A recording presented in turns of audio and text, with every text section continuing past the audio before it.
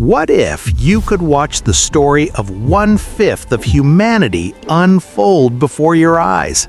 A land where ancient wisdom meets modern ambition, where empires rose from dust and crumbled into legend, where 1 billion voices now speak as one nation. This is the tale of India, a story so vast, so complex, so incredible that it will take us on a journey spanning tens of thousands of years. Buckle up, because we're about to discover how a subcontinent became a superpower. Long before kings built palaces or priests wrote sacred books, India belonged to wandering families. These were the Adivasi, the original people of the land. They roamed the forests and plains for maybe 30,000 years, moving with the seasons, hunting animals, and gathering plants. They didn't build monuments or write down their history. Instead, their stories passed from grandmother to grandchild through spoken words. Even today, their descendants keep these ancient memories alive, though much has been lost to time. Then something remarkable happened along a great river called the Indus. Around 4,000 years ago, people stopped wandering and started building, not just houses, but entire cities.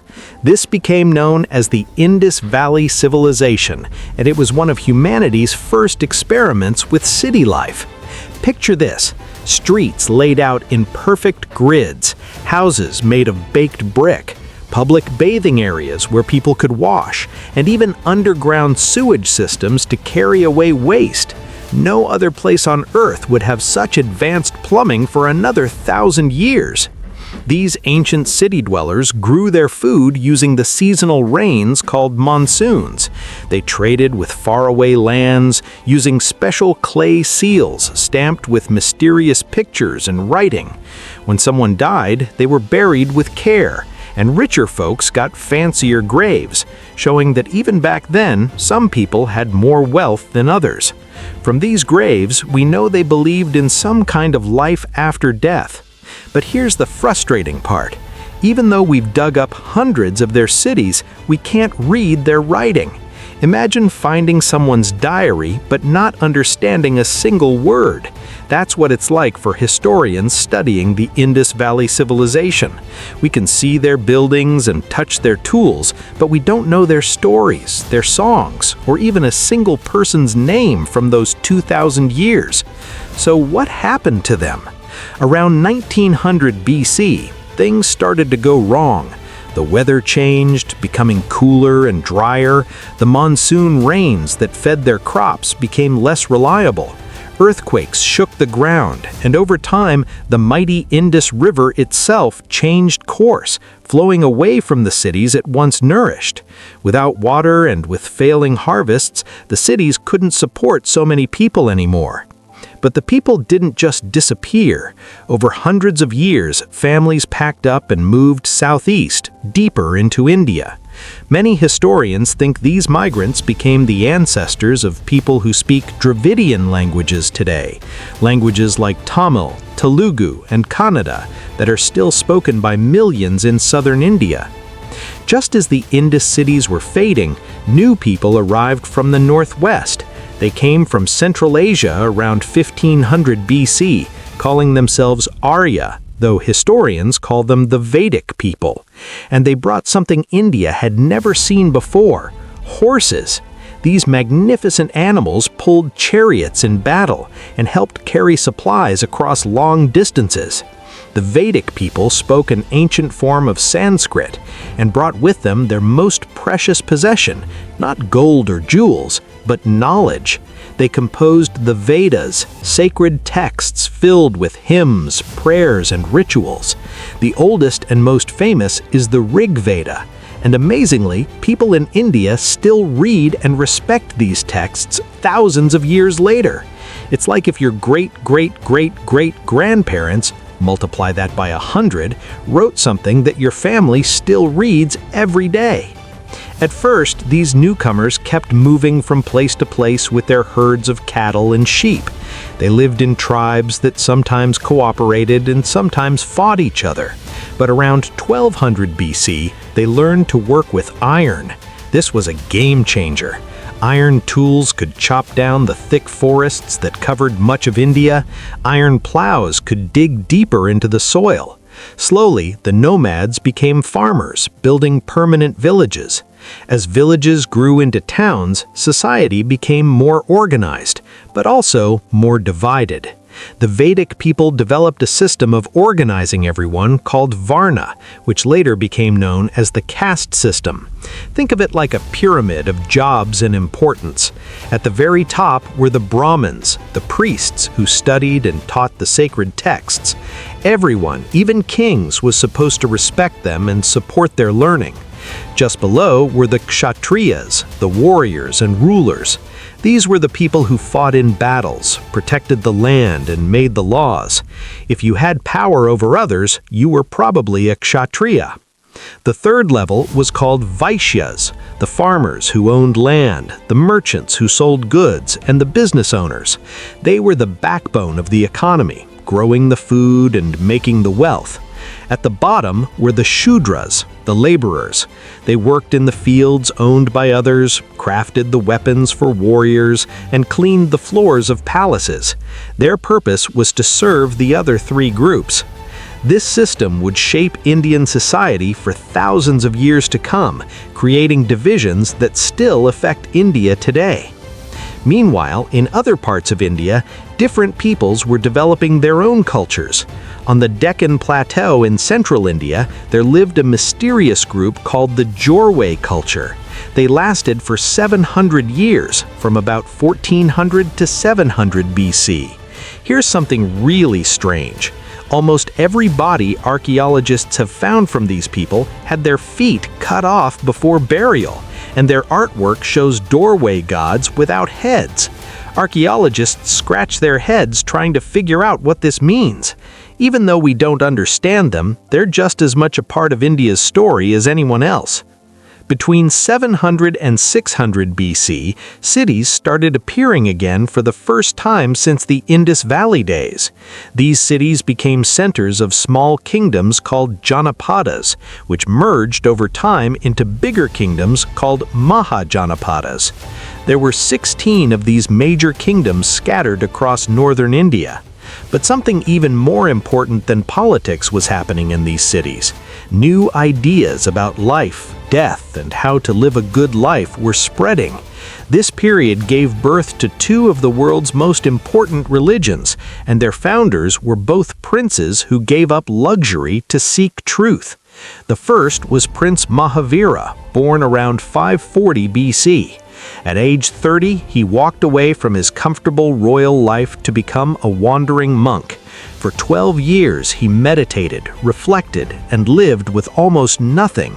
Then, one day, he achieved Kevala Jnana, perfect knowledge and understanding of everything. He had become a Tirthankara, someone who had found a way to escape the endless cycle of being born, dying, and being born again. Mahavira taught his followers 5 great vows: always tell the truth, never steal, avoid greed and attachment to things, practice self-control, and most importantly, practice ahimsa, complete non-violence. This means never hurting any living creature, not even an insect. The symbol of Jainism is an open palm, representing this peaceful message. About 50,000 people became his followers before he died, and Jainism continues today with millions still following his teachings. And the second prince was Siddhartha Gautama, born around the same time in the foothills of the Himalayas. Legend says he lived a perfect, protected life in his palace for 30 years, never seeing anything sad or troubling. But then, one day, he left the palace and saw 4 things that changed everything. An old man, he didn't know people grew old. A sick man, he didn't know people got sick. A dead body, he didn't know people died. And finally, a peaceful monk. Siddhartha was devastated to learn that everyone gets old, sick, and dies, that suffering is a part of life. But the calm monk showed him that there might be a way to escape this suffering. So Siddhartha left his palace, his wife, and his newborn son to find answers. He tried many extreme practices, but nothing worked. Finally, he sat down under a Bodhi tree and meditated for 49 days straight. At the end, he achieved nirvana, the end of all desire and suffering. He became the Buddha, the awakened one. The Buddha spent the rest of his life teaching what he'd learned. His core message is called the Four Noble Truths. Life involves suffering. Suffering has a cause, usually our desires and attachments. Suffering can end. The way to end it is the Eightfold Path, 8 principles for living right, including right speech, right action, right mindfulness, and more. The Buddha taught a middle path between extreme indulgence and extreme denial, a balanced way anyone could follow. Both Jainism and Buddhism. Around this time, kingdoms were getting bigger and more powerful. The region of Magadha became the birthplace of India's first great empires. Why there?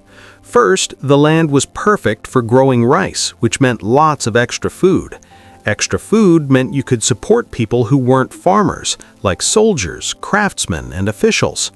The region also had iron for making tools and weapons, and elephants that could be trained for war. In 544 BC, King Bimbisara founded the Haryanka dynasty. He was ambitious and smart, conquering neighboring kingdoms. He even met Prince Siddhartha before he became the Buddha, and later became one of Buddhism's greatest supporters. But family drama struck when Bimbisara's own son, Ajatashatru, was manipulated into betraying his father. Around 493 BC, Ajatashatru imprisoned his father and seized the throne.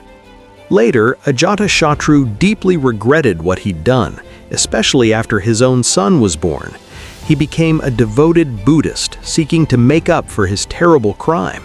He went on to conquer more territories, and his descendants continued building what would become the great city of Pataliputra. Dynasties rose and fell. The Haryankas, the Shishanagas, the Nandas. Rulers murdered fathers, sons betrayed parents, and generals overthrew kings. It was a violent, chaotic time. But all of this was about to change with the arrival of someone from the far west, Alexander the Great. In 326 BC, Alexander marched into India after conquering the mighty Persian Empire. He crossed the Jhelum River, which the Greeks called the Hydaspes, and met an Indian king named Porus. In a fierce battle, Alexander's smaller but more experienced army defeated Porus. But Alexander was so impressed by how bravely Porus fought that he let him keep his kingdom. Together, they marched further into India. But Alexander's conquests stopped at the Beas River. His soldiers, exhausted from years of fighting far from home, refused to go further. They'd heard terrifying stories of an even bigger empire to the east, with 200,000 soldiers and thousands of war elephants. Alexander had no choice but to turn back. India would not be conquered by the Greeks. Porus was left in charge of Alexander's conquered territories, but he was later killed by a rival Greek general. However, Alexander's brief visit set the stage for something greater. In 320 BC, a man named Chandragupta Maurya overthrew the Nanda dynasty and founded the Mauryan Empire. We're not even sure where he came from. Some sources say he was a prince. Others say he was from a family of peacock farmers. What we do know is that he was ambitious and brilliant. Chandragupta quickly pushed west, taking all the territories Alexander had briefly held. This brought him into conflict with the Seleucid Empire, one of the kingdoms formed after Alexander's death. We don't know much about this war, but Chandragupta won. He got all the territory he wanted and gave the Seleucids 500 war elephants. He may have even married a Greek princess. A Greek ambassador named Megasthenes visited Chandragupta's capital at Pataliputra and left us the only description we have. He wrote about a magnificent city surrounded by 21 miles of walls, with almost 600 towers and 60 gates. He described how Brahmins held high positions in the court, and how farmers gave a quarter of their crops to the government, which used it to feed the army. Chandragupta and his son Bindusara expanded the empire until it covered almost all of India. For the first time, most of the subcontinent was united under one ruler. But the empire would reach its true greatness under Chandragupta's grandson, Ashoka the Great. Ashoka the Great started his reign the traditional way, through military conquest. Around 261 BC, he led a brutal campaign against the kingdom of Kalinga. The war was devastating, killing about 250,000 people. But seeing all this death and destruction broke something inside Ashoka. He was horrified by what he'd done. From that moment on, Ashoka completely changed. He gave up war and violence entirely, dedicating himself to Buddhism and the principle of non-violence. He spent the rest of his life trying to be the best ruler possible. He built hospitals for people and even for animals. He dug wells so travelers would have water. He planted trees along roads to provide shade. He sent out missionaries to spread Buddhist teachings to distant lands. Most remarkably, Ashoka raised stone pillars across his empire with inscriptions carved into them. These weren't just boasts about his greatness, they were also confessions of his past mistakes and promises to do better. In one inscription, he even apologizes for the Kalinga War. Can you imagine a powerful king admitting he was wrong and promising to change? That's why Ashoka is still remembered as one of India's greatest rulers, a man who learned from his terrible mistakes and spent the rest of his life trying to make up for them. After Ashoka died in 332 BC, the empire began to weaken. His policy of non-violence made it hard to defend against invaders, and the huge empire was difficult to control. By 185 BC, the last Mauryan emperor was assassinated by one of his own generals, and the empire fragmented into many smaller kingdoms. No one would unite most of India again for hundreds of years. What followed is sometimes called a dark age, but that's not really fair. Yes, the written records got thinner, and kingdoms rose and fell without leaving much trace. Yes, foreign invaders came in waves, first Greeks from Bactria, then Scythians, then the Yuchi who founded the Kushan kingdom. But these foreign rulers often adopted Indian culture, supported Hindu and Buddhist temples, and enriched Indian society. More importantly, trade was booming. Roman ships sailed to Indian ports to buy pepper, pearls, and precious stones. Chinese travelers came to study Buddhism and bring it back home. Indian merchants sailed to Southeast Asia, spreading their language, culture, and religion. Clearly, the rest of the world didn't think India was having a dark age. Southern India was thriving during this period. The Tamil people had their own distinct culture and language. Three great dynasties, the Chera, Chola, and Pandya, ruled different parts of Tamil country and constantly fought each other for power. But despite the political division, Tamil culture flourished. Poets wrote beautiful Sangam literature about love and war. Women had more freedom here than in the north. Some Tamil kings even had female bodyguards. The poems also reveal something darker, references to untouchables, people considered so impure that their mere touch would pollute them. This shows that discrimination and social divisions existed throughout India, not just in the areas influenced by the Vedic caste system. Between the 3rd and 6th centuries AD, various dynasties controlled different parts of India. The Satavahanas ruled central India for 400 years. The Vakatakas carved magnificent Buddhist cave temples at Ajanta and Ellora, some of the most beautiful religious art that survived from ancient times. These weren't just temples, they were monasteries where Buddhist monks lived, studied, and prayed. The walls were covered with intricate carvings and paintings that are still stunning to see today. But all of these kingdoms would be overshadowed by the rise of the Gupta Empire in the 4th century AD. The Guptas pioneered a smart way of ruling. They controlled the core of their empire directly, but let regional rulers keep a lot of freedom as long as they stayed loyal. This flexibility worked much better in a land as large and diverse as India than trying to control every little thing. The Gupta period is called the Golden Age of India, and with good reason. This was a time of peace, prosperity, and incredible achievements in art, science, and literature. Much of this brilliance came from scholars at a university called Nalanda in Bihar. Nalanda became one of the world's greatest centers of learning. Although it was a Buddhist institution, scholars of all faiths were welcome. Students could study Buddhism, medicine, astronomy, mathematics, philosophy, almost any subject imaginable. Some scholars became experts in multiple fields. One genius was Aryabhata, who lived in the 5th and 6th centuries. He correctly figured out that the Earth rotates and explained what causes eclipses, understanding that ancient Greeks and Europeans wouldn't achieve for another 1,000 years. He calculated the value of pi as 3.1416, amazingly accurate for his time, and might have been the first person ever to realize that pi goes on forever without repeating. Aryabhata's mathematical functions, sine and cosine, got their European names from Latin translations of Arabic translations of Aryabhata's work. His ideas literally spread around the world. Another mathematician, Varahamihira, was the first person we know of to write down 0 as both a symbol and a number. Think about that. 0 seems so obvious to us now, but someone had to invent the idea. This Indian invention of 0 would revolutionize mathematics everywhere. The Gupta period also saw Hinduism become the dominant religion.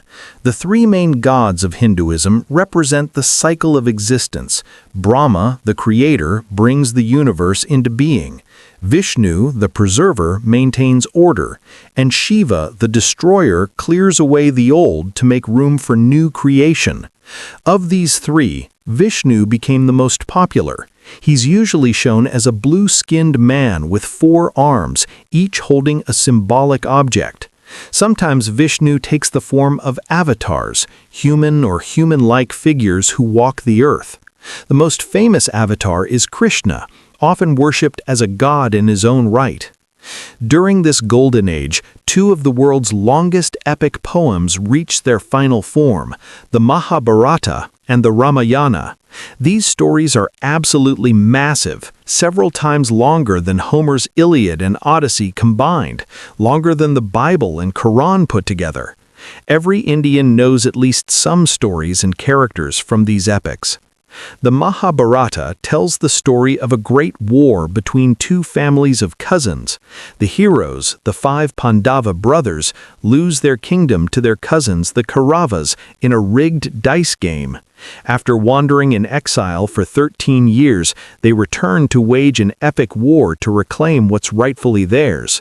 The war features incredible heroes on both sides and explores deep questions about duty, right and wrong, and the meaning of life. One hero, Arjuna, is so skilled with his divine bow that he can perform impossible feats. In one passage, he shoots an arrow so powerfully that it carries an enemy's severed head over a mountain and drops it into the lap of the man's father while he's praying. The shock of seeing his son's head literally makes the father's own head explode. The stories are full of such wild, larger-than-life moments. The Golden Age brought benefits even to common people. A Chinese monk named Fa Xian, who visited around 415 AD, wrote that wealthy families set up charity houses and hospitals where poor people, orphans, widows, disabled people, and sick people could get free food, medicine, and treatment. When they recovered, they were free to leave. It sounds like a compassionate, caring society. But it wasn't golden for everyone. Women lost many freedoms during this period. In earlier Vedic times, women could study the Vedas and had more independence. Under the Guptas, those freedoms vanished. A new belief emerged that women could only achieve spiritual liberation by being reborn as men first. The practice of sati, widows burning themselves alive on their husbands' funeral pyres, became more normalized, though it had existed before. Ironically, this period also produced the Kama Sutra, one of India's most famous texts. Today, everyone associates the Kama Sutra with the sexual positions described in a few chapters, but most of the book is actually about relationships, family life, and social expectations. It's an incredibly valuable source for understanding how people lived. The Kama Sutra describes the duties of wives: keep the house clean, be a good host, obey your husband. It outlines strict rules for widows, but it also shows that women had significant responsibilities and power in other areas. Women managed the household finances. If wealthy, they supervised servants. Depending on the family business, women were expected to know about farming, animal care, weaving, or other productive work. Like all empires, the Gupta Empire eventually fell.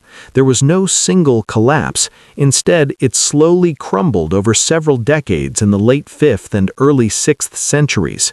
Regional rulers began breaking away. Foreign invaders called Huns attacked from the north, draining the empire's resources. The Guptas drove them back eventually, but they never recovered their former power.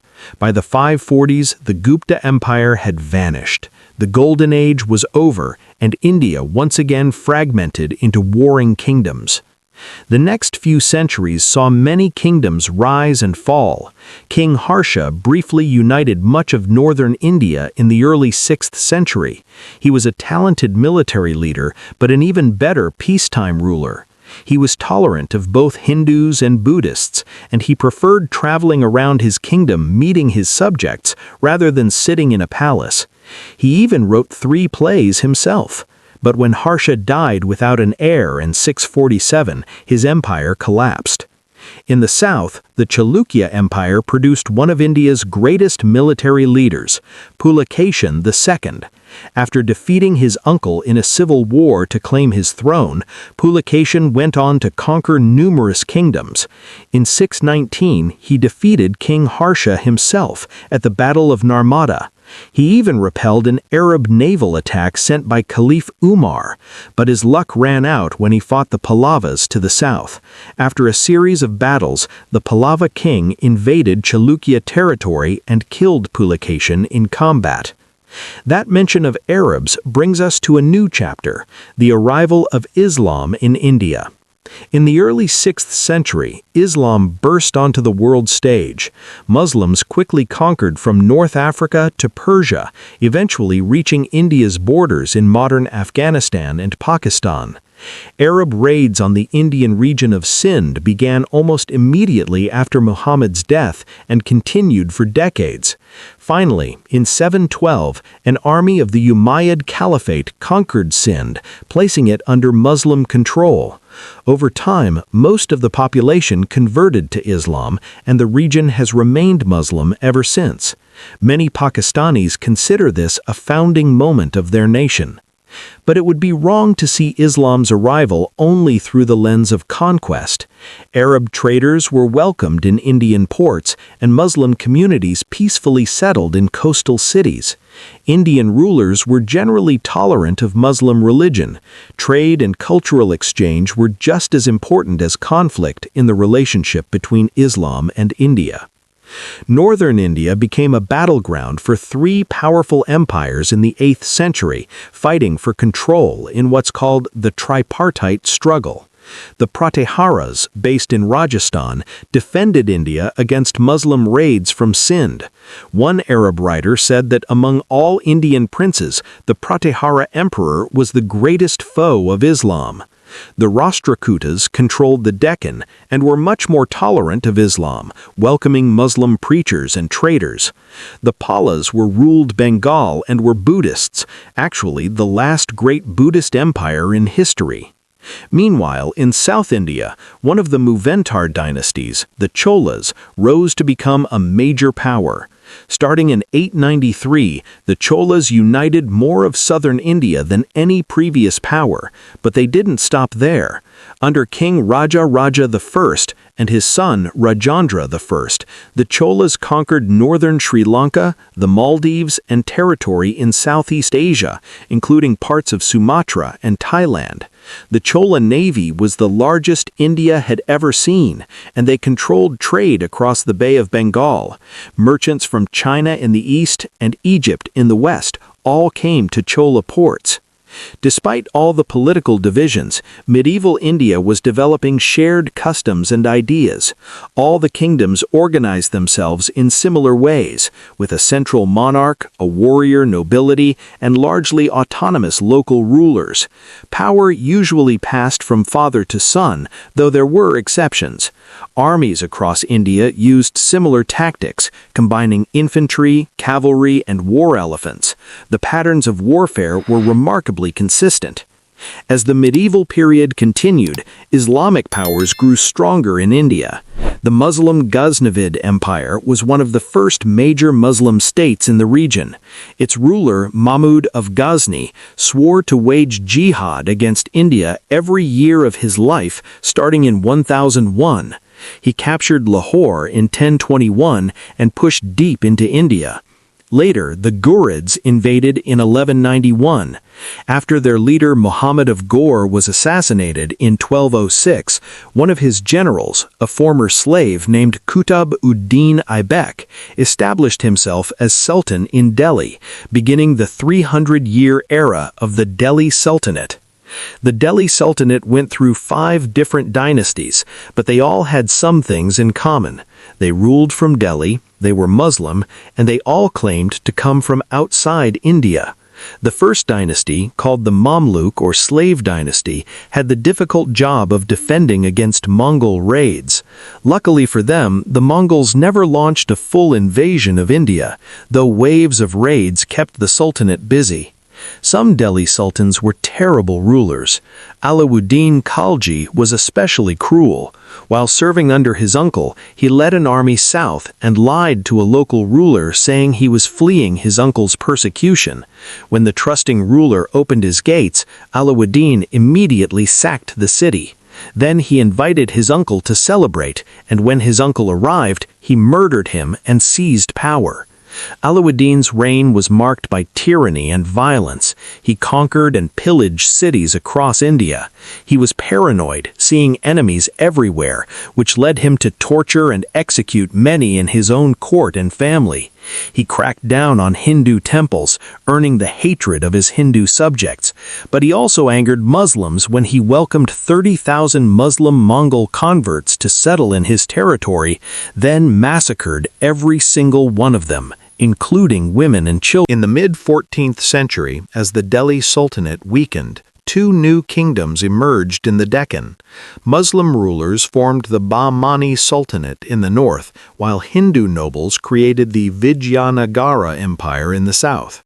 These 2 kingdoms shared a border along the Krishna River and spent most of their history at war with each other. One of their strangest wars started over a beautiful girl. The Vijayanagara ruler Devaraya heard about a goldsmith's daughter whose beauty was unmatched and proposed to marry her, but she refused. She didn't want to marry him because, first, she was Muslim and he was Hindu, and second, she knew about the practice of sati and feared she'd only be signing up to be burned alive when someone else overthrew him. Devaraya was so outraged that anyone would reject him that he marched his armies north to take her by force. The girl and her father fled to the Bahmani Sultan. The Sultan marched out to defend them, leading to the aptly named War of the Goldsmith's Daughter. After several months of fighting, the Bahmani armies defeated Devaraya. In the peace treaty, the Bahmani Sultan demanded one of Devaraya's daughters as a bride and married the goldsmith's daughter to his own son. It was humiliating for Devaraya, but it bought a few years of peace. By the early 1500s, both kingdoms were falling apart from internal rebellions. It was the perfect time for new conquerors to arrive. From the north came the Mughals from Central Asia, blending Turkish-Mongol warrior culture with Persian refinement and Islamic faith. From the sea came Europeans in ships with cannons, hungry for trade and conquest. India was about to enter a new era. The Mughals arrived in 1526 under Babur, who claimed descent from both Genghis Khan and Tamerlane. With his powerful army, Babur defeated the Sultan of Delhi at the Battle of Panipat and established himself as ruler of northern India. Babur was both a warrior and a scholar. He wrote about his impressions of India, praising its landscape and wildlife, but showing little interest in Indian people themselves. He built palaces that were basically Persian enclaves, isolated from the surrounding Indians. Babur's empire didn't last long in its original form. When he died, his empire was divided among his sons in Central Asian tradition. India went to Humayun, but he was soon overthrown and forced to flee to Persia. With Persian help, he returned in 1555 and reconquered his father's territories. But barely 6 months later, Humayun tripped down the stairs of his library, hit his head, and died 3 days later. What a tragic end. However, his death led to the beginning of a golden age under his young son, Akbar. If Babur was the founder of the Mughal Empire, Akbar was its greatest ruler, like Chandragupta and Ashoka all over again. Akbar was just 12 when his father died, so a regent named Bairam Khan ruled at first.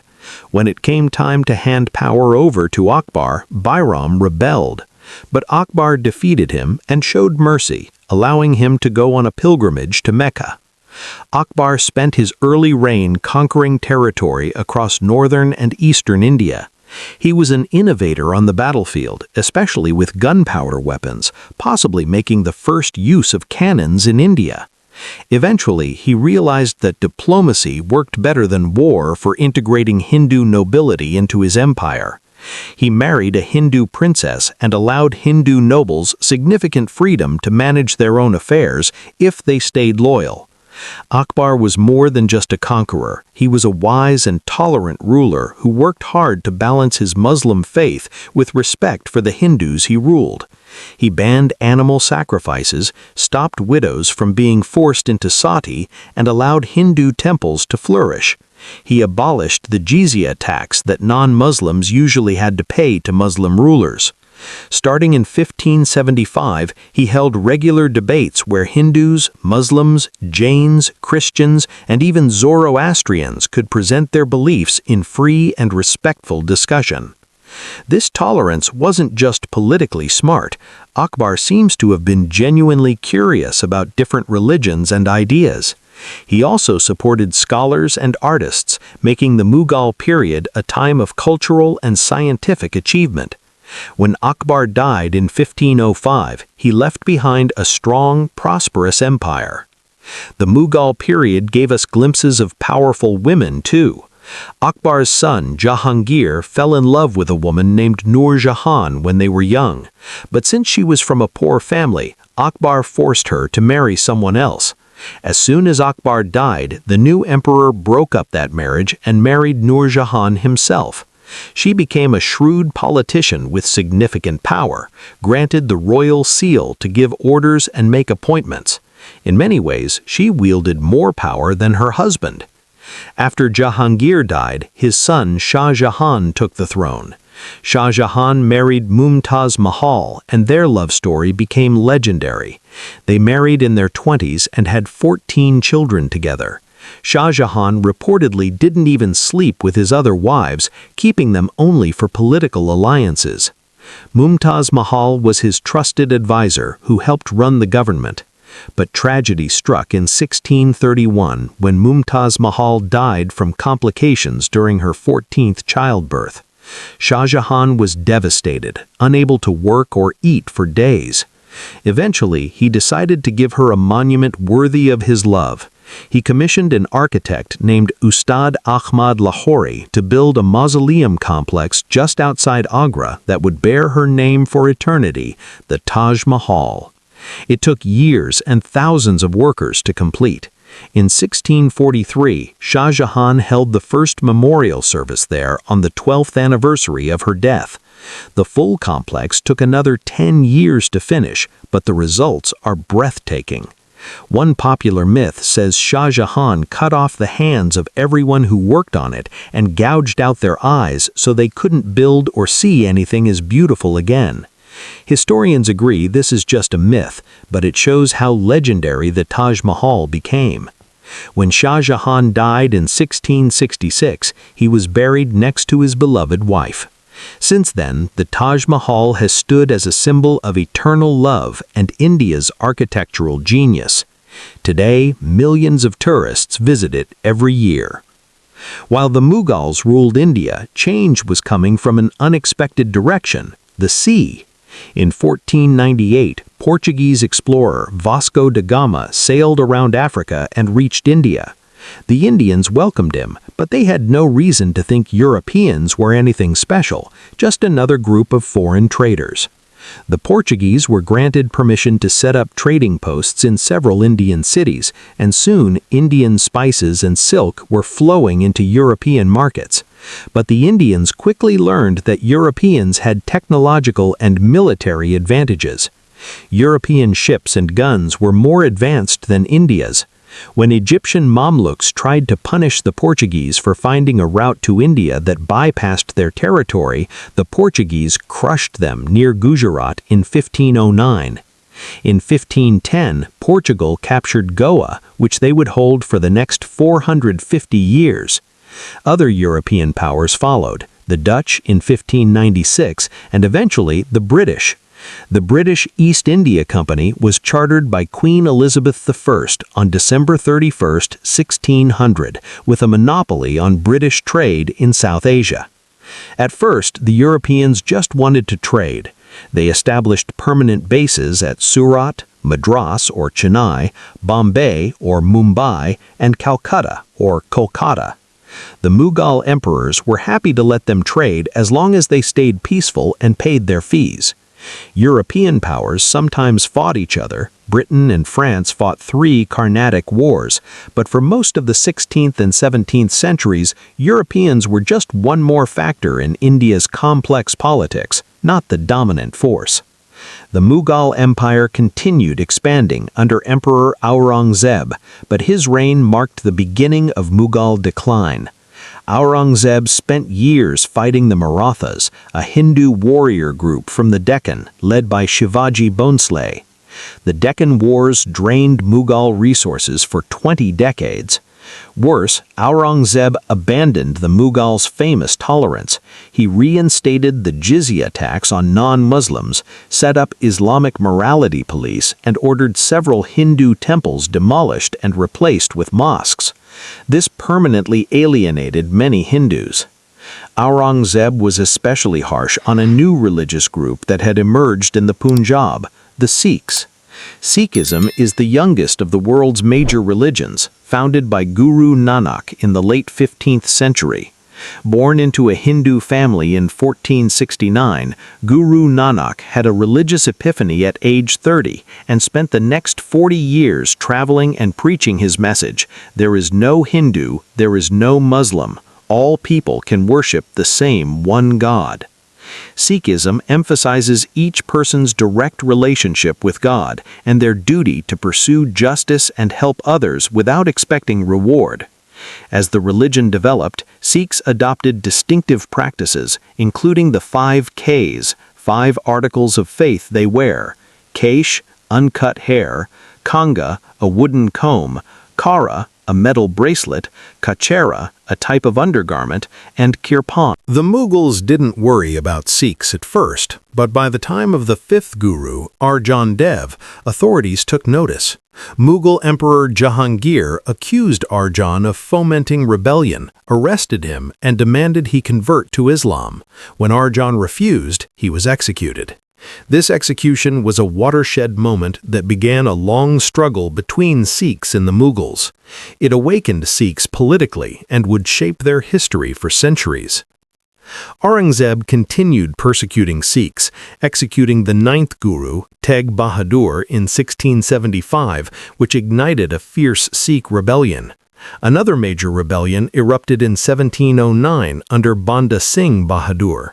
Banda and his followers captured several cities and won multiple battles before he was finally captured in 1716.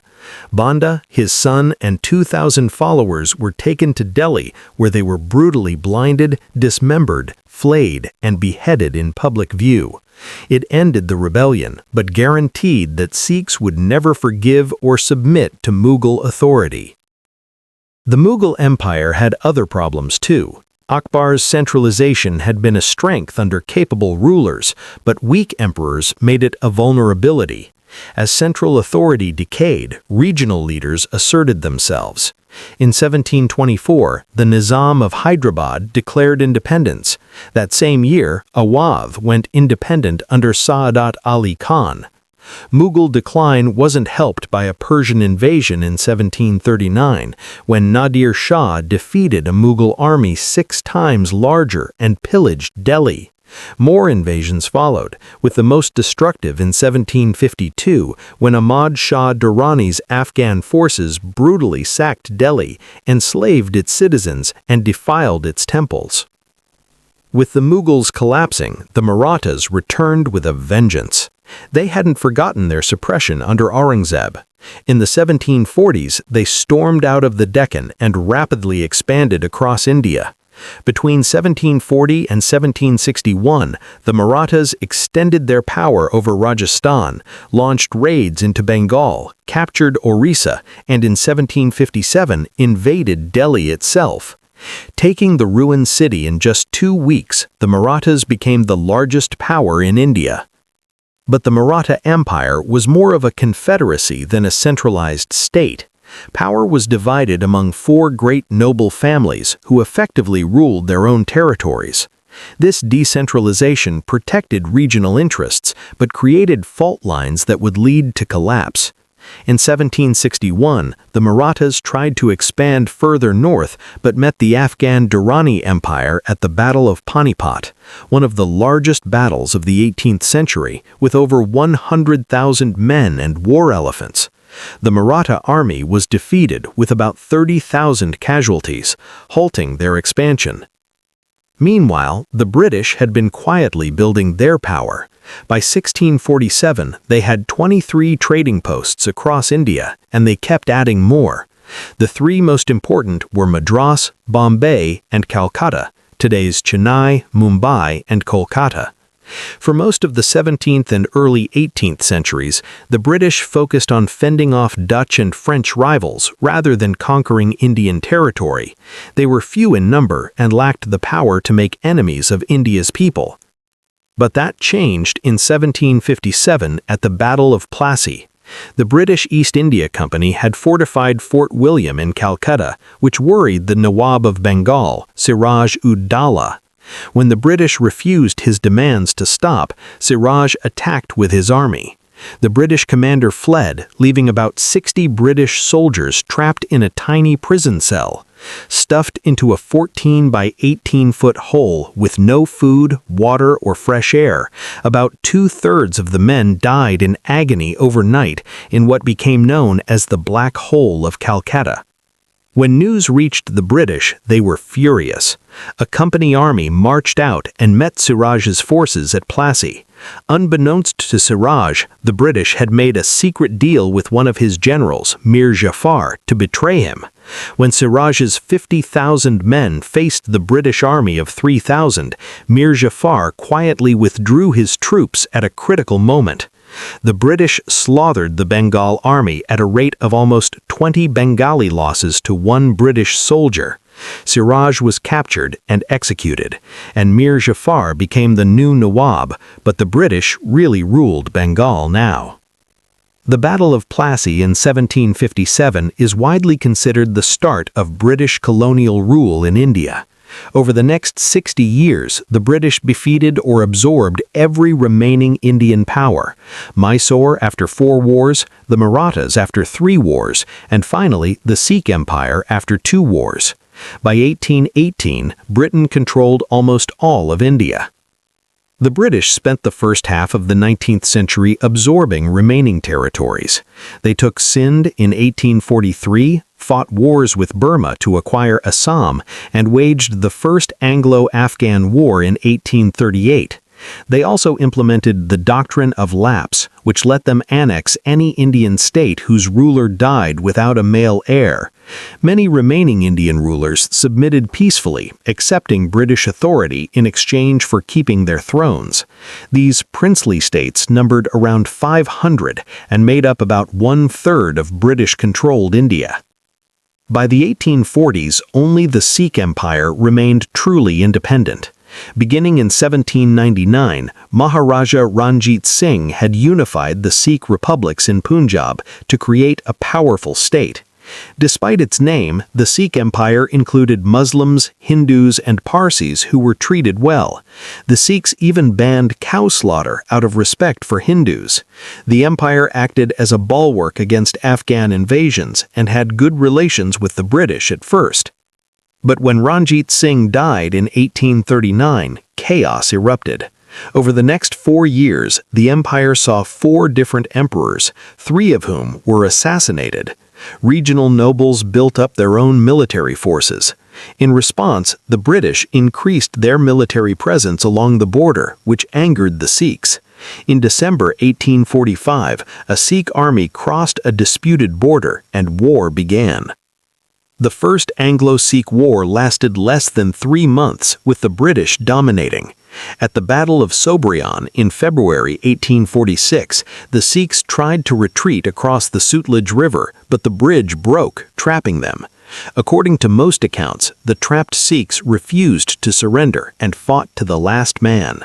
The resulting treaty gave the British control of Kashmir and other territories and installed 5-year-old Duleep Singh as emperor with a British regent, effectively giving control to the company.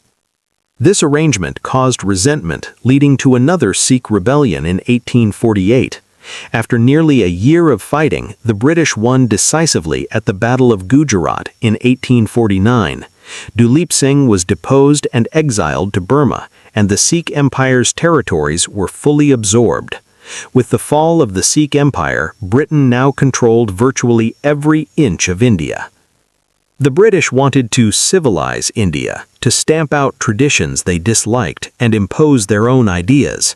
Some changes were positive. The Sati Regulation of 1829 made widow burning illegal. The Indian Slavery Act of 1843 banned slavery. Many Indians supported these reforms but objected to the British imposing them rather than letting Indians make their own decisions. The British also introduced new technology, steam-powered ships, telegraphs, and railroads, but these mostly served British interests. Common Indians rarely benefited. The railroads carried goods and resources, not people. To gain economic and political power, Indians had to get an English education, adopt English habits, and speak English. The only path to success was to become less Indian and more British. This created alienation and hostility. Indians were ruled by people who didn't care about them, who had destroyed anyone who opposed them, who promised improvements most never saw, who were trying to remake their society, and who refused to listen to what Indians had to say. It was inevitable that rebellion would come. That rebellion erupted in 1857 over an unlikely trigger: ammunition cartridges. The British East India Company employed about 300,000 Indian soldiers called sepoys.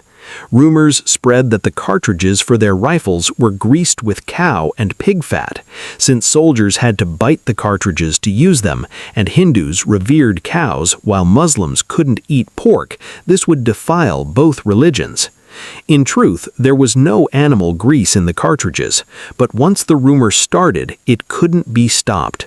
The British suspended production to calm people down, but most took this as confirmation the rumor was true. On May 10, 1857, thousands of sepoys in Meerut rose up and massacred every European they could find. Soon, civilians and nobility joined them. The sepoys marched to Delhi, and the elderly Mughal Emperor Bahadur Shah II threw his support behind the rebels. Fighting erupted across northern India. In Kanpur, rebels massacred 900 British residents, but support for the rebellion was far from universal. Sikhs and Pashtuns generally sided with the British, and most people kept their heads down. The British scrambled reinforcements from as far away as China and Crimea. In September, the rebellion failed to overthrow British rule, but it did claim another important victim, the East India Company. The company had been falling out of favor in London, and the rebellion proved it was unfit to rule. In 1858, the British government took direct control of India, beginning the era of the British Raj. The formal annexation didn't immediately change much for ordinary Indians. The Governor-General was renamed the Viceroy, and the Executive Council was expanded to include a few Indians, but most Indians still had no voice in their own governance. However, pressure was building for them to find one.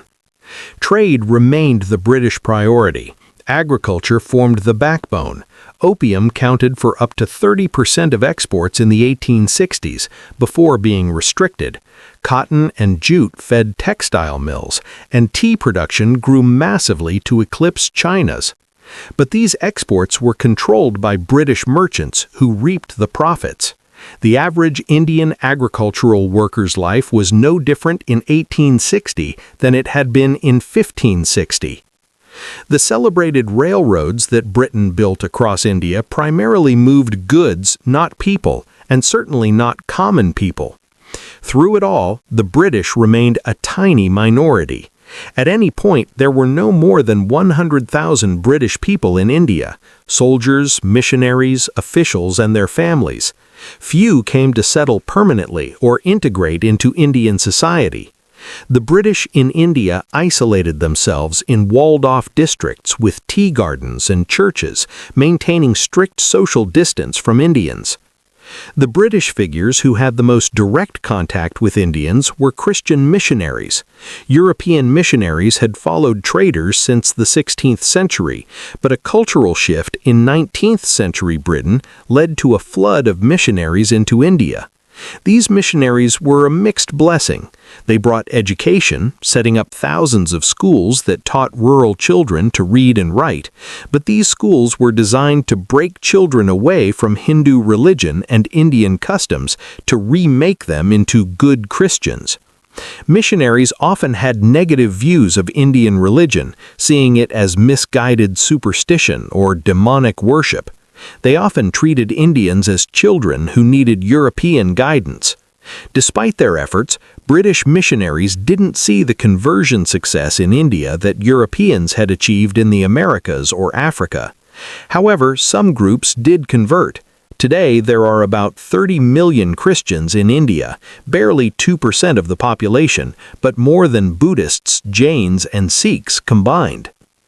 Outside missionary schools, Indian elites could get Western-style education, and it didn't take long for them to turn these ideas against the British. For example, when the British passed the Vernacular Press Act in 1878, censoring criticism of their policies, Indian critics turned Britain's rhetoric of free speech back on itself. Local resistance became more common in the late 19th century. Several Adivasi rebellions erupted against British control of their shrinking rural lands. British social reforms also caused controversy. When Britain tried to raise the marriage age for girls or expand women's rights, there was opposition, not necessarily to the reforms themselves, but to Britain imposing them rather than letting Indians decide. Famines and plagues struck repeatedly. Regional famines gripped India in the late 1860s, 1870s, and 1890s, killing millions. The bubonic plague re-emerged in the late 19th century, killing about 12 million Indians. The quarantines imposed to contain it earned as much resentment as the piles of dead. Clearly, Indians wanted to speak out against British policy and have a voice in their own governance. In 1885, a group of Indian intellectuals founded the Indian National Congress to do just that. The INC became a forum where Indians from every province and faith could voice their views directly to the British in a way that couldn't be ignored. It embraced democracy, with provinces electing representatives. Even Congress's founders were surprised by its success. From 73 founding delegates in 1885, it grew to 2,000 delegates in just 4 years. It was a formidable showing of Indian autonomy. In 1892, the British made small concessions, expanding access to civil service exams and opening some local council positions to elections. These were tiny steps, but Congress's founding proved to be a landmark moment on the path to independence. By the late 19th century, Indian consciousness was clearly growing. However, divisions between Hindus and Muslims remained troublesome. Tensions weren't new. There had been violence since Muslims first arrived.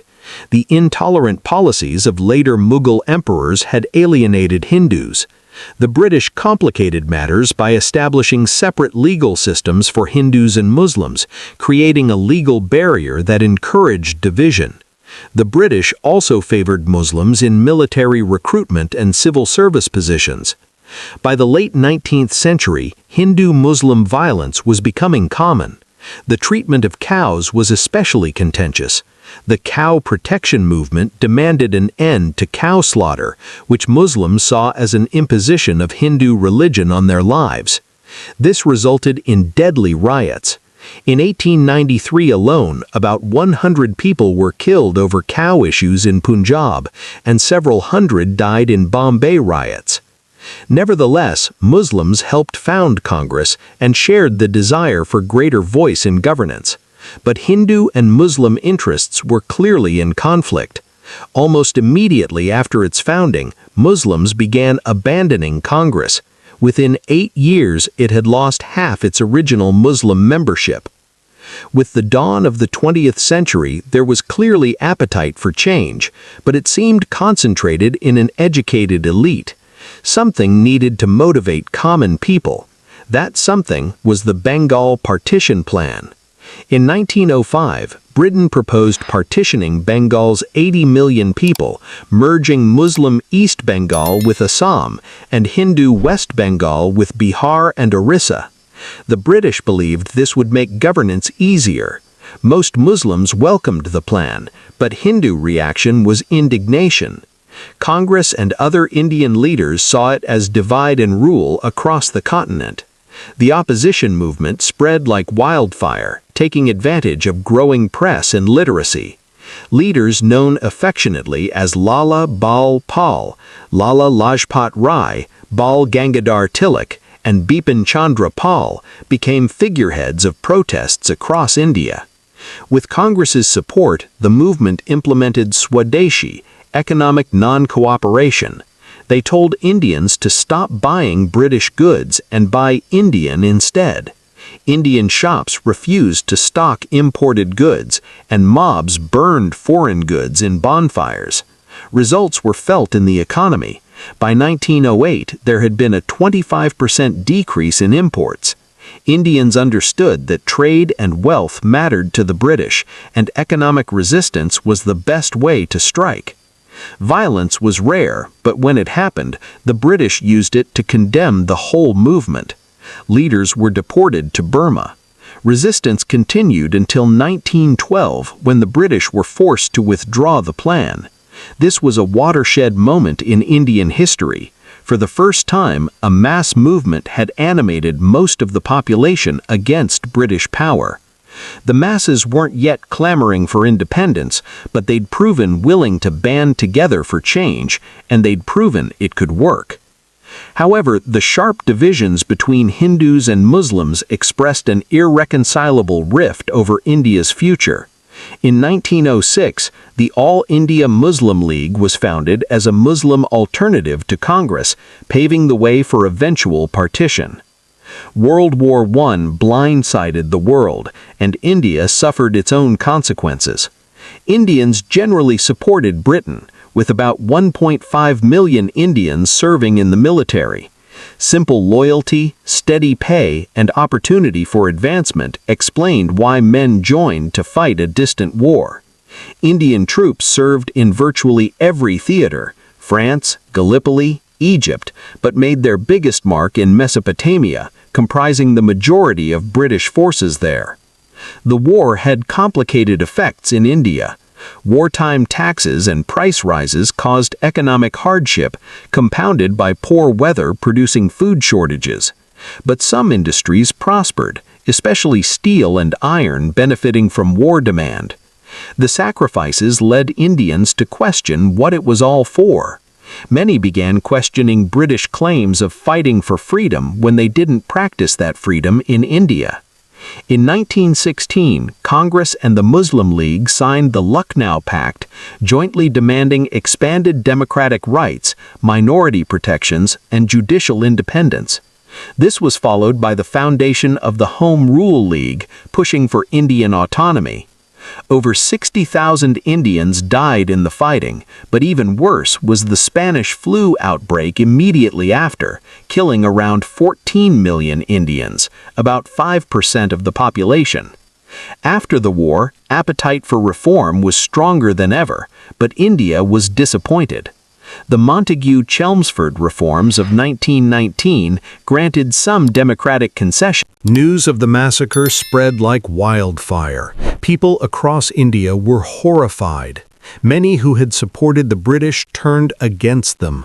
Even in Britain, the massacre was fiercely condemned. Secretary of State Winston Churchill called it monstrous, and the House of Commons voted 247 to 37 to condemn Dyer, though he faced no serious consequences. Dyer remained unapologetic until his death, believing he did the right thing. The Amritsar massacre was a turning point. Momentum moved decisively toward independence. Enter Mahatma Gandhi, one of history's most famous leaders. Born in 1869, Gandhi studied law in London before moving to South Africa in 1893. He spent 22 years there, becoming a devout Hindu and community activist. His experiences with racial discrimination shaped him permanently. He served in a medical capacity during the Second Boer War, exposing him to war's horrors. Gandhi developed satyagraha, non-violent resistance that absolutely prohibited violence while calling for non-cooperation with discriminatory policies. He hoped to maintain moral high ground while treating opponents with respect. He returned to India in 1915, already famous, and amassed a rapid following for his anti-imperialism and home rule advocacy. In the wake of Amritsar, Gandhi was swept into INC leadership and pushed it toward firmer pro-independence stance. The British arrested him and dozens of other leaders in 1922, sentencing him to 6 years in prison. After release, Gandhi found the independence movement bitterly split and left politics for anti-poverty work. In his absence, the movement continued shaping. Unable to stem rising independence demands, the British granted a bicameral elected parliament in 1921 and greater financial control through a tariff board. They finally agreed to hold civil service exams in India, ending the requirement for expensive trips to England. Another formative moment came in 1928 when the British set up the Simon Commission to review Indian governance. Indians were rightly insulted that the commission included no Indians, and both Congress and the Muslim League protested. Congress set up its own commission, demanding self-governing India with Commonwealth status. Hot on these heels, in 1929, Congress elected Jawaharlal Nehru as leader. On December 19, 1929, Congress issued a call for nothing short of full independence. The Muslim League wasn't ready yet, still hoping for a self-governing Muslim constituency within the British Empire. But soon they'd become bold enough to call for a fully independent state too. In 1933, a pamphlet circulated calling for establishment of a fully independent Muslim nation, Pakistan, uniting Punjab, Afghan province, Kashmir, Sindh, and Balochistan. The 1939 depression hit India hard, causing export economy collapse, grain production to plummet, and many families to fall into poverty and inability to pay taxes. On the other hand, lack of foreign investment allowed Indian investors to invest in industries like textiles. Many were Congress supporters who funneled newfound wealth into opposition.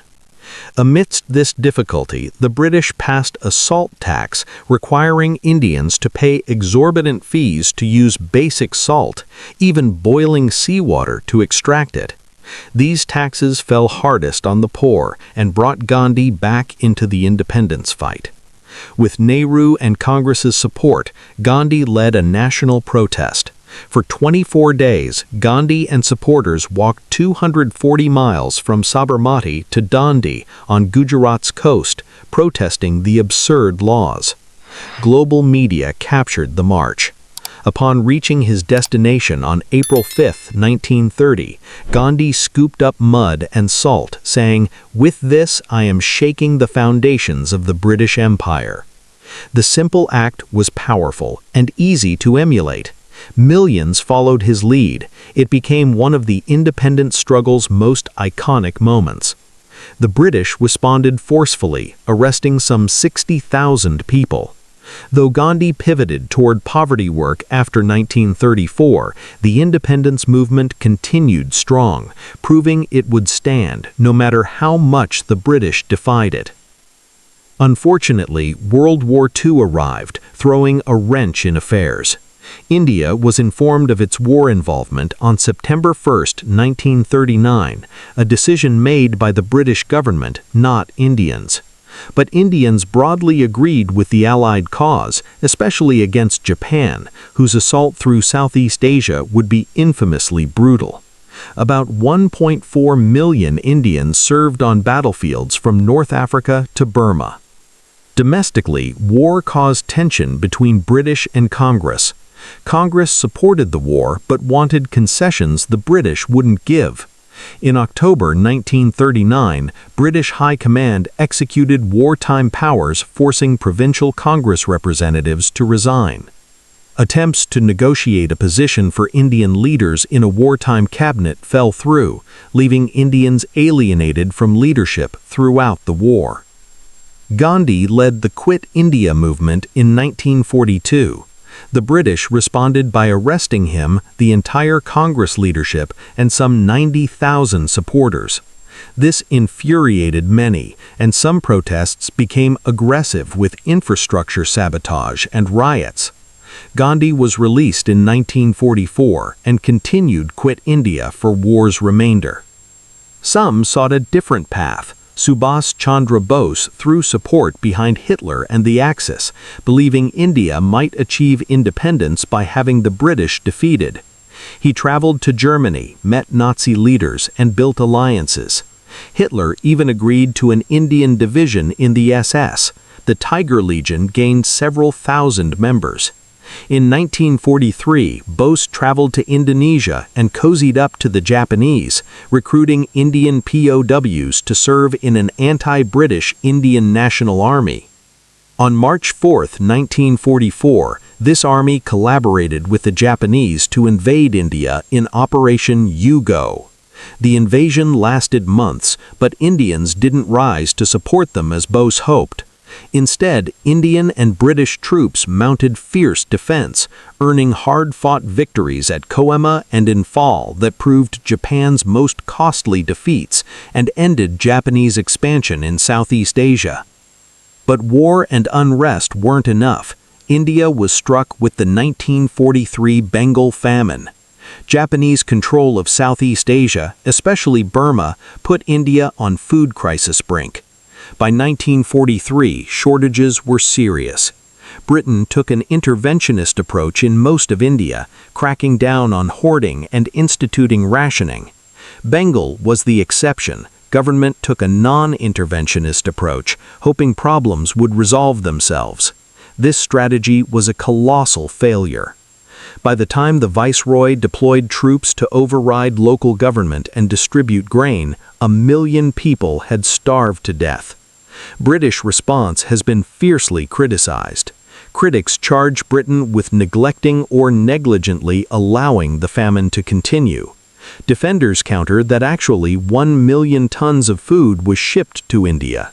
Churchill wanted to ship more and sought American help, but they lacked ships and manpower. Japanese dominance made shipping food dangerous. But British inability to help only proved Indian independence advocates' point. If Britain couldn't meet the challenges of controlling India, it had no business trying. When World War II ended in 1945, the world and India were transformed. It was impossible now to deny overwhelming independence demands. Congress swept 90% of non-Muslim seats in the first post-war elections. The Muslim League took similar 90% of Muslim seats. In Britain, war had destroyed both ability and desire to hold empire abroad. Almost immediately after war, Britain announced its intention to leave India, setting a provisional date of June 1948 for withdrawal, later pushed to August 1947. The issue was how to conduct the withdrawal. Some, like Gandhi, favored a unified India with all British Raj territories handed over to Indian rule in one piece. In reality, there was no option but partition between Hindu and Muslim. Calls for Sikhs for an independent Punjab nation were rejected. On June 2, 1947, representatives from Congress, Muslim League, Sikh community, and British agreed to an outline to create two nations. Hindu majority areas were easy to mark, comprising most of the subcontinent. Muslim areas to become Pakistan were awkward. Pakistan would be two territories: West Pakistan, Sindh, Punjab, Kashmir, Northwest Frontier, and Balochistan, and East Pakistan, Muslim areas of Bengal. Numerous princely states were allowed to pick their fates. Virtually all agreed to hand territory to the new Republic of India. Still, final borders weren't agreed to until the first week of August, barely a week before. Governments weren't prepared for such colossal migration. Little government support left families alone to organize complex upheaval. Food and water supplies couldn't handle movement. Inevitably, hundreds of thousands died. Dehydration, starvation, exhaustion, exposure, disease. Tensions and violence between religious groups was both cause and product of migration. Convoys were attacked, sexual violence was rampant, mob killings widespread. On September 22, 1947, some 3,000 Muslims were murdered in Amritsar by Sikh mob. They opened fire on train, then swept through with swords. On January 12, 1948, tables flipped in Gujarat, Pakistan, where around 1,500 Hindus and Sikhs were massacred when their train was attacked by Muslim mob. Most migration and violence occurred in Bengal, Punjab, Jammu, and Kashmir, along the most religiously diverse areas. Migration scale can be seen through statistics. In 1931, Indian Punjab was 30% Muslim, but less than 2% in 1951. In Pakistani Punjab, 22% were Hindu or Sikh in 1931, but just 0.16% in 1951. Overall, estimated over 1 million died from migrations or violence. Kashmir proved particularly difficult. Alongside refugee crisis, Maharaja of Jammu and Kashmir, Hari Singh, hadn't settled on joining India or Pakistan. Singh's rule had fallen hard on Muslim Kashmiris.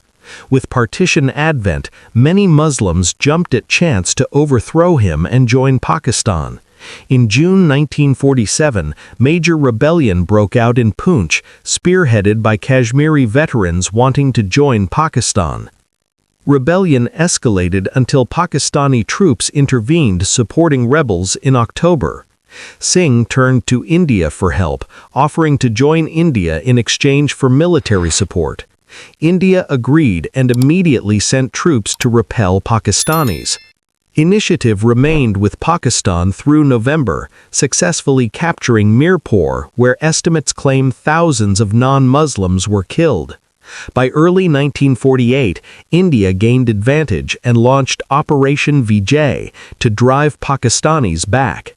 War was mostly small skirmishes rather than pitched battles, and the front line stabilized through 1948. Eventually, UN brokered a ceasefire effective January 1, 1949. Temporary border was drawn at the line of control, leaving about two-thirds Kashmir in Indian hands and one-third in Pakistani hands.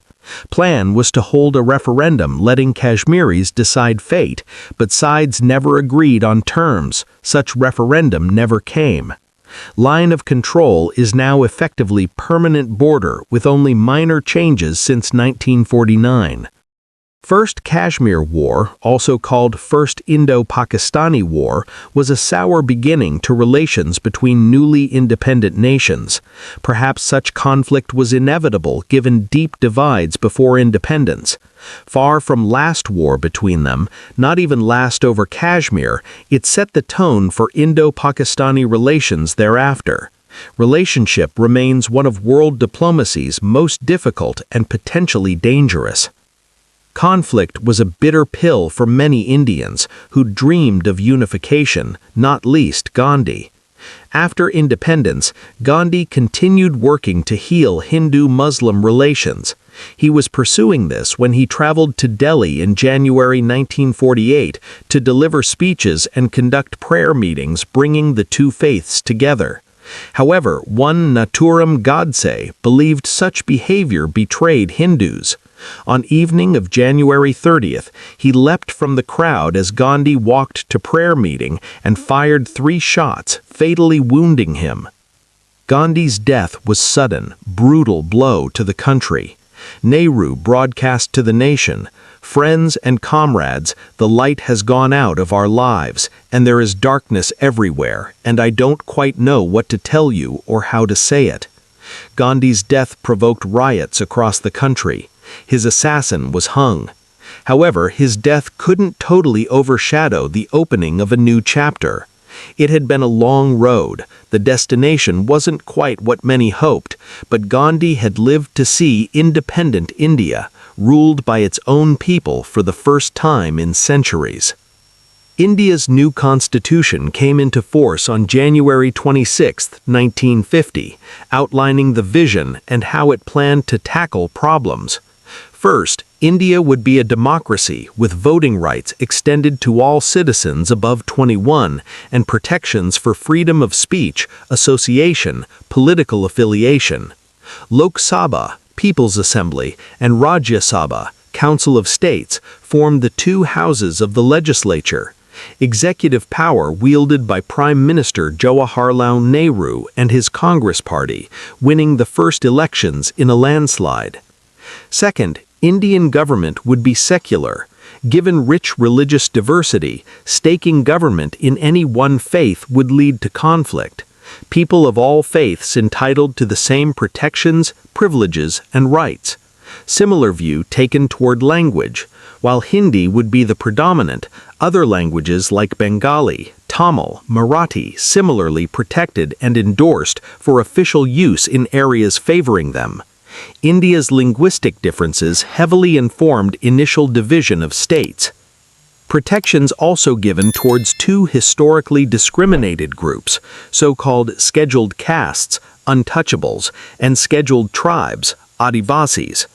Legal category of untouchable was officially abolished, and reservations set aside in a range of areas, from university places to legislative seats, to guarantee representation. Like affirmative action in the United States, India believed positive discrimination favoring historically mistreated groups could help address the consequences of that mistreatment. Jawaharlal Nehru continued leading India through early independence years, playing a vital role shaping his country. Economically, Nehru was a socialist, though not full communist, favoring state direction of the economy rather than relying on the market. His economic policy based on 5-year plans directing government investment in particular industries, involving some nationalization. Nehru was a moderate, though, often disappointing India's left-wing forces by not nationalizing more industries or clamping down harder on private business. Ultimately, his economic approach seemed to work. India enjoyed incredible growth and recovery in the post-war years. By 1965, India had the 7th highest industrial output worldwide, and per capita GDP greatly increased, though still far below Western nations. Socially, Nehru's term saw many reforms expanding minority and women's rights. His government ended caste restrictions on marriage, raised the minimum marriage age, and expanded women's inheritance rights. Education also improved markedly in the 1950s and 60s, with thousands of new schools and universities. In 1951, 23 Indian institutes of technology were established, providing high-quality education in their fields. They remain some of India's most successful and respected educational institutions today. In foreign policy, India walked the path of careful neutrality. While Nehru's socialist economic leanings inclined towards the USSR, India was keen maintaining diplomatic and economic relations with the West, becoming a pillar of the global non-aligned movement. Still, neutrality didn't prevent disputes. In 1961, tensions reached height between India and Portugal. Portugal had kept control of Goa since the 16th century, refusing to cede control at Indian independence. Attempts to resolve issue diplomatically failed, and in December 1961, India launched Operation Vijay, Victory, to retake it by force. 50 people killed in 2 days fighting before India successfully annexed Goa. War achieved its aims but was sharply criticized in the West as unnecessarily aggressive move compromising India's carefully practiced neutrality. India also found itself at odds with Communist China on several issues. In 1959, they offered sanctuary to the Dalai Lama following a brutal Chinese response to the Tibetan uprising, angering Beijing. Meanwhile, the two countries had ongoing border disputes over control of Aksai Chin and Arunachal Pradesh regions, boiling over into war in October 1962. The Sino-Indian War lasted a month, claimed 2,000 lives, mostly Indian, and China successfully seized most territory it wanted.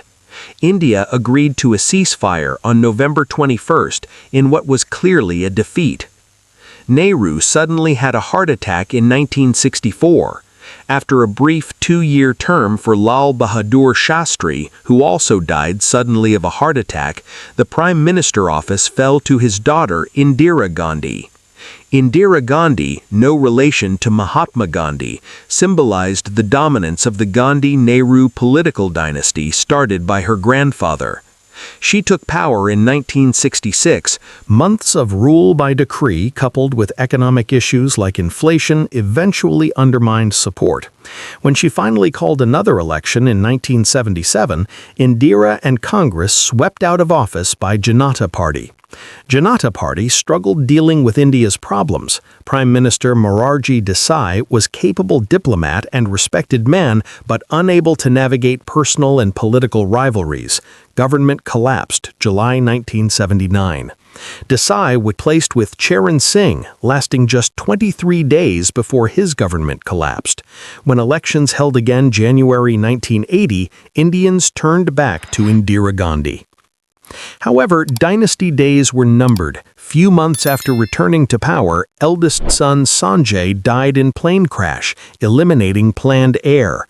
But death knell for Indira's reign and life would be rung in Punjab with Operation Blue Star. While Sikhs mostly accepted status in India, powerful faction of Sikh separatists called for independent Sikh state in Punjab. In 1984, Indira's government was informed, falsely, by USSR that US and Pakistan were supporting Sikh separatists preparing rebellion. Indira moved preemptively, launching Operation Blue Star to crack down on Sikh groups. She sent troops and tanks against revered Golden Temple in Amritsar, one of Sikhism's holiest sites, in a week-long street battle with Sikh dissidents. Hundreds died on both sides. Sikhs across India and world were outraged. This outrage found deadly outlet on October 31, 1984, when two of Indira's Sikh bodyguards assassinated her in her garden as she headed to TV interview.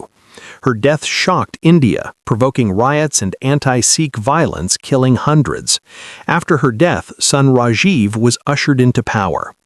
During his 5-year tenure, Rajiv presided over economic renewal and several regional insurgencies, most notably among Sikhs in Punjab and separatists in Assam.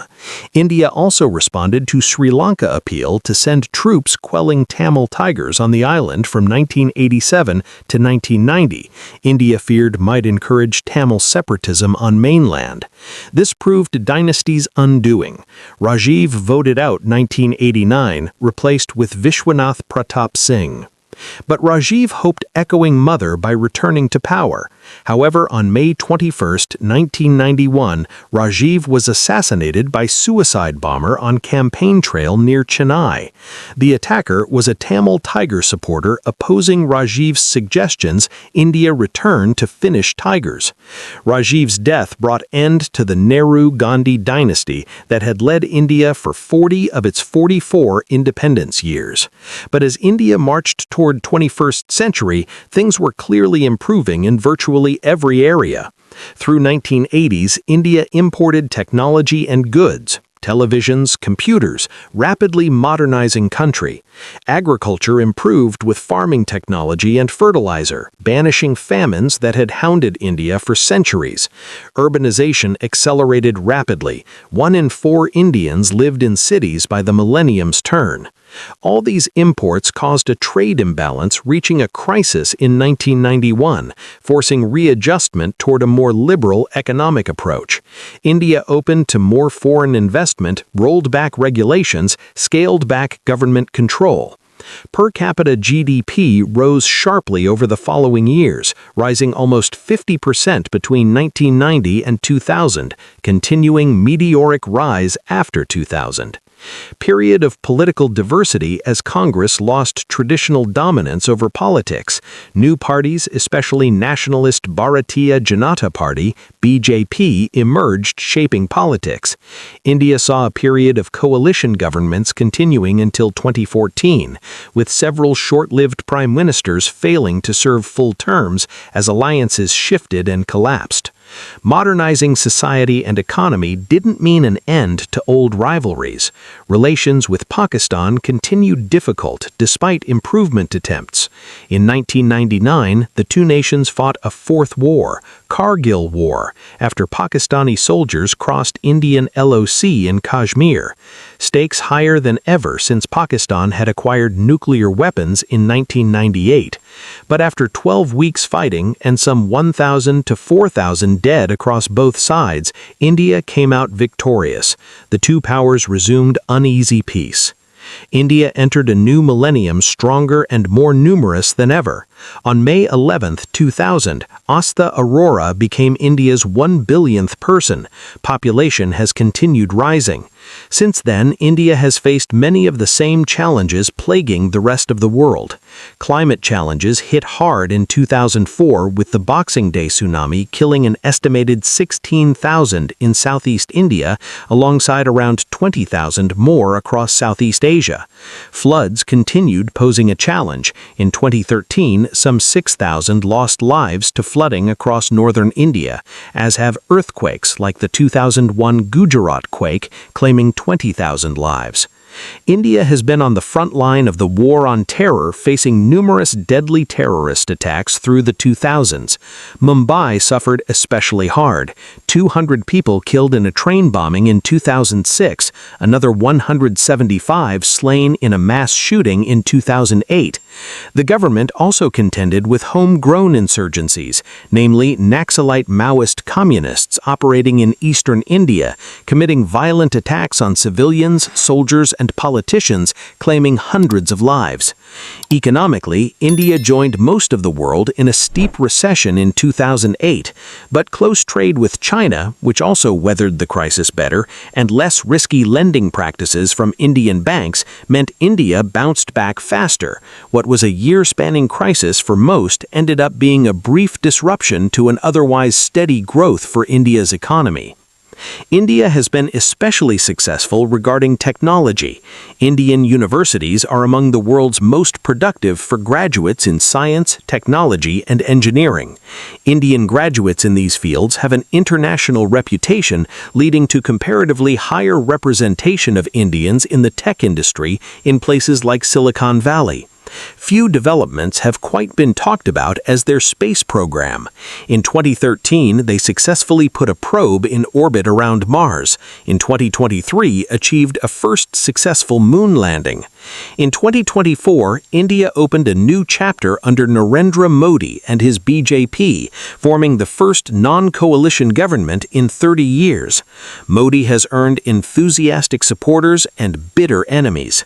To supporters, he's a strong leader capable of decisive action for India's best interests. To critics, he's an authoritarian whose nationalist blustering is a danger to India's minorities and world peace.